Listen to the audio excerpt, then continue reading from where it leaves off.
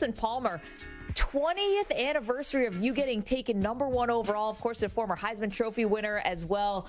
Carson, thanks so much for joining us today. Thanks for having me. You're making me feel old. That was a long time ago. But being back in New York, it kind of feels like it was just a couple of years back. Okay, is there something we don't know about that draft process or that draft day? Like any details that ever fell through the cracks? You know, I think something that people don't realize maybe is the draft is this culmination and this celebration of what you've done to that point. And so you're surrounded by friends and family, and it's exciting, and they're all celebrating that you made it to the NFL. But these players, the pressure is just about to start on draft day. And so it's like, you know, you had a successful college career. Obviously, you've put something on film that other teams want to add to their organization. So there's that and that excitement that you got drafted.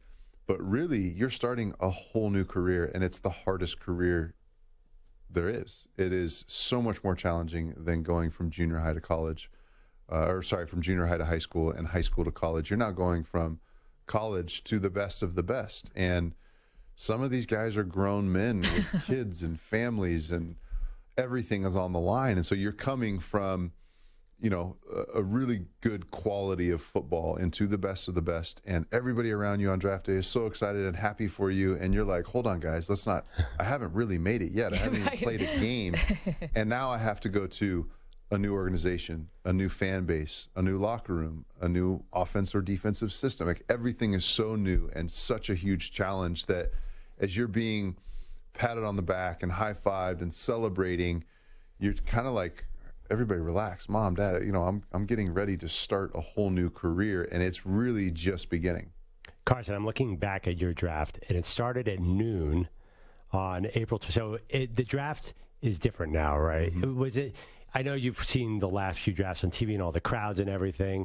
Do you think it's a much different experience for, say, Bryce Young goes #1 this year than what you had back then? Well, it is in the fact that I was unique, that I had signed my contract 3 days before the draft happened. So I knew 100% where I was going. Bryce is probably like 60-40, like 60% chance I go to Carolina, 40% chance I go elsewhere, or somebody else drafts, or Carolina drafts somebody else.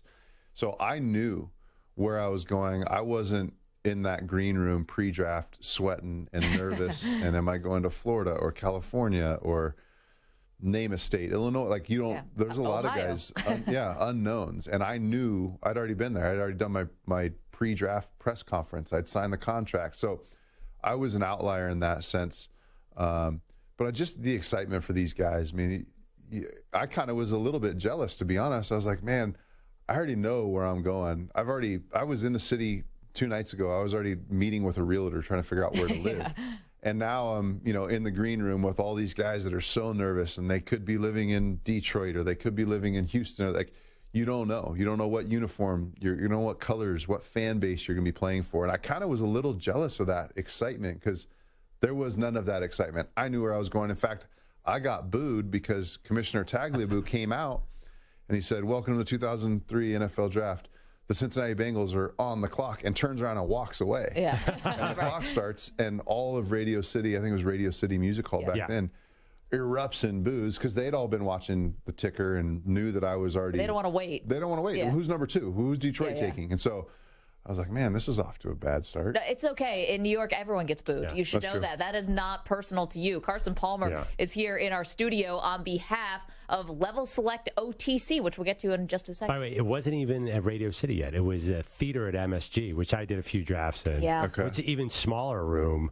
So, it wasn't the TV show that it is now. Yeah, it wasn't. Let's call it what it is, and also, too, you were coming up, there wasn't 1,000 mock drafts, and you weren't getting, you notice how guys get picked apart then? Do you recall any part of that process? Did you ever read something about yourself in the weeks leading up to the draft? You're like, wait, that's not true.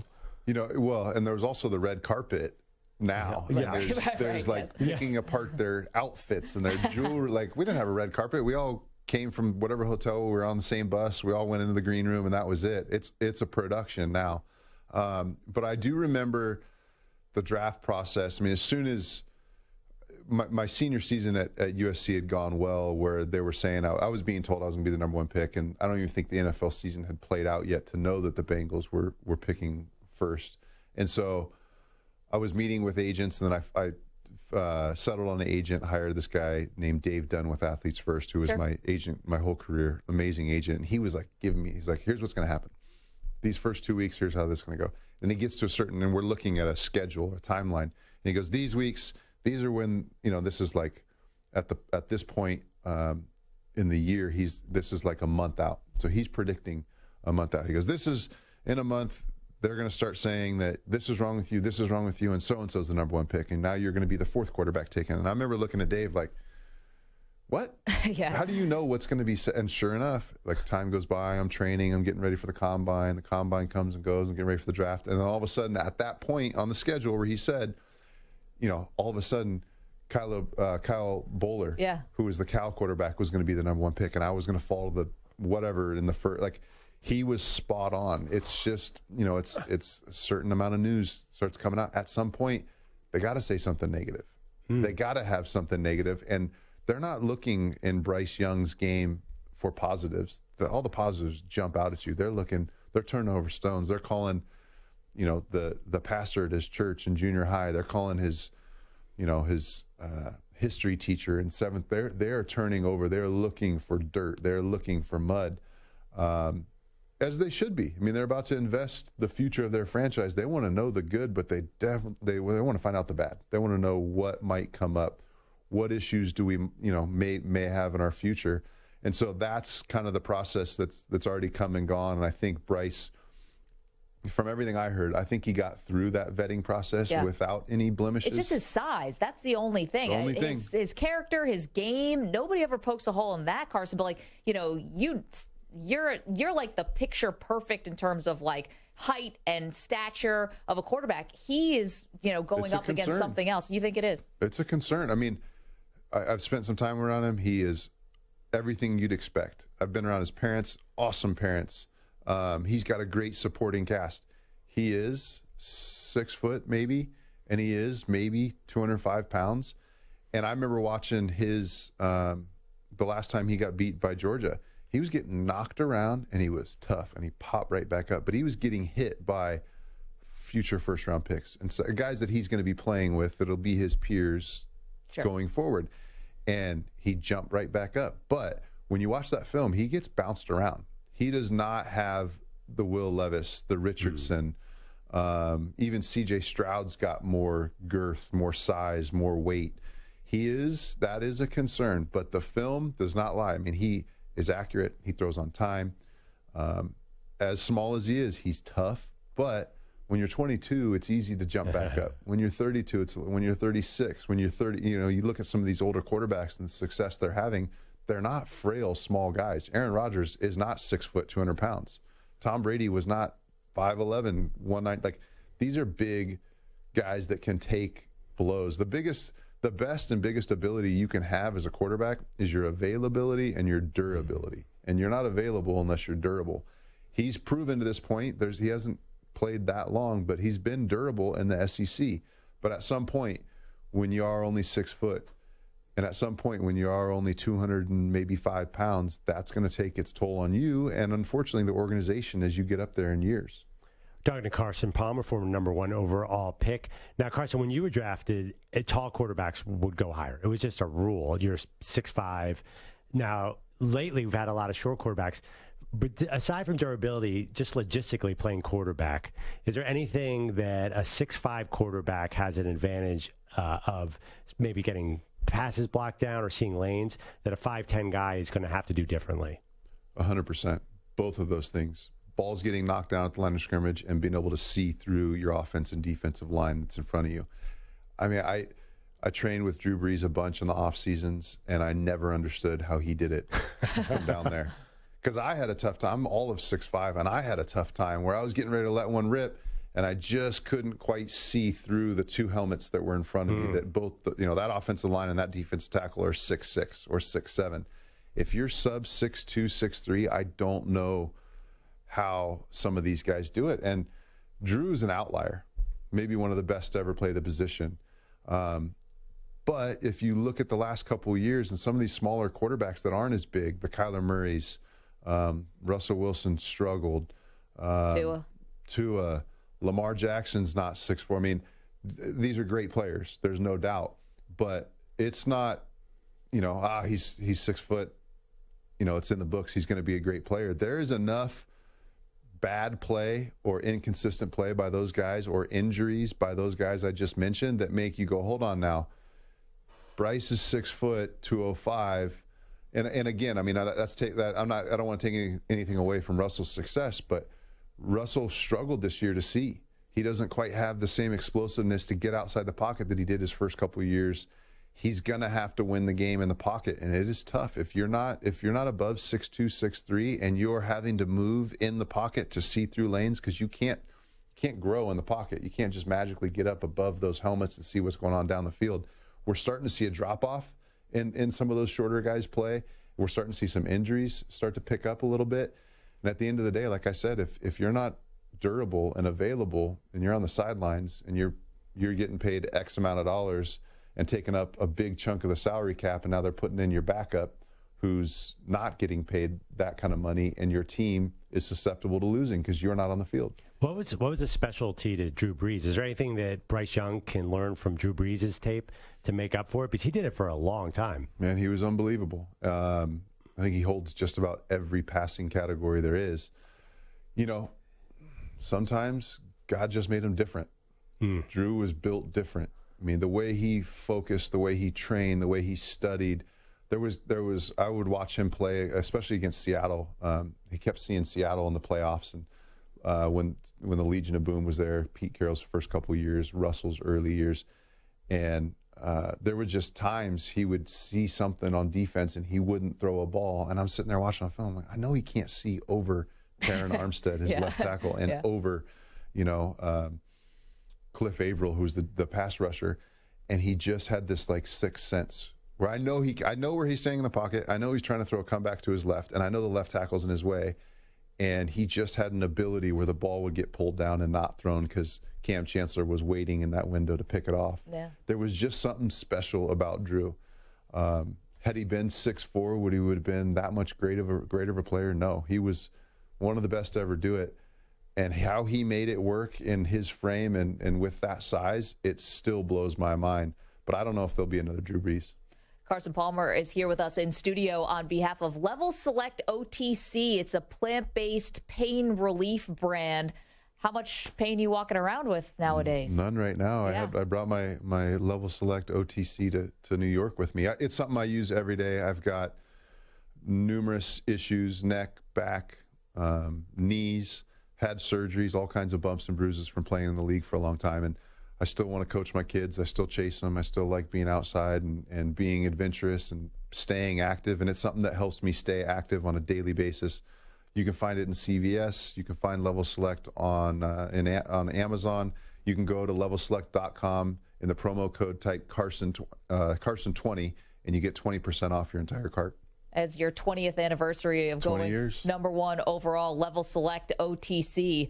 Okay, before we let you go, the big news is Rodgers obviously going to the Jets now. What does Rodgers have to do to make sure this is successful? Oh, man, he's got so much work ahead of him. It's, it ain't easy to do it when you're 37. It's different when you're 27 and you're going into a new locker room and you got to show everybody that you work hard and you study hard and you're focused and you're a leader and you're the first one in and the last one out. It's hard to do when you're 37. It's hard to do when you only have a couple years left. You don't have the same energy. You don't have the same bounce in your step. He doesn't have the same velocity on the football when he's throwing it. So, I mean, he is an older quarterback going into a brand new. It can be invigorating. It can be an energizing situation. I look at when Tom Brady went from New England to Tampa, he was going from a C+, B- roster to an A+ roster where life was going to get easier. He could, a great offensive line, opportunistic defense that was scoring points for him, great screen game with guys out of the backfield. He could throw the ball up to Mike Evans. He brought Gronk over. Life got easier. As he got older and went to Tampa Bay, he was surrounded by better players. I don't know if that's the case for Aaron. I mean, you're leaving a Green Bay team and roster that had Aaron Jones, who's a home run hitter from everywhere in the field. And they have some good players, but it's not it's not going from a B roster to an A+ roster. It's going from a B roster to maybe a B+ roster.